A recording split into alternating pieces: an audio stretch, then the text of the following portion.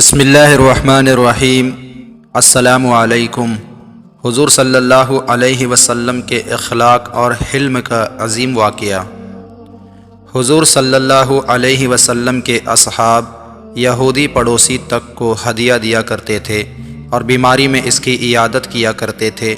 ایک یہودی کا قرض حضور صلی اللہ علیہ وسلم پر آتا تھا۔ اس نے مسجد میں آ کر مانگا۔ اس وقت آپ کے پاس موجود نہ تھا۔ آپ نے فرمایا پھر لے لینا۔ یہودی نے کہا میں تو لے کر جاؤں گا۔ اللہ اکبر! کس درجہ حسن معاشرت تھی کہ رعیت کا ادنا آدمی بھی جو چاہے کہے، اور آپ باوجود ہر طرح قدرت و اختیار کے انتقام نہیں لیتے۔ صحابہ نے کچھ کہنا بھی چاہا، حضور نے روک دیا اور فرمایا ان لصاحب الحق مقالا، کہ صاحب حق کو تقاضے کا حق ہے۔ چنانچہ ہوا بیٹھا رہا اور رات کو حضور صلی اللہ علیہ وسلم کو گھر بھی نہ جانے دیا، تو آپ مسجد ہی میں رہے۔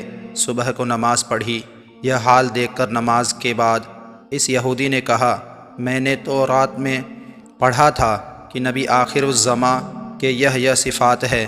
میں نے اور تو سب صفات دیکھ لی تھی، صرف صفت حلم، بردباری و تحمل کا امتحان باقی تھا، سو آج اس کا بھی امتحان ہو گیا۔ واقعی آپ سچے نبی ہیں۔ کلمہ پڑھا اور مسلمان ہو گیا۔ حضور صلی اللہ علیہ وسلم نے جب غیر مسلم کی اس قدر رعایت کی ہے تو مسلمان کی کس درجہ رعایت فرماتے ہوں گے۔ پھر غیر مسلم تو آدمی ہیں۔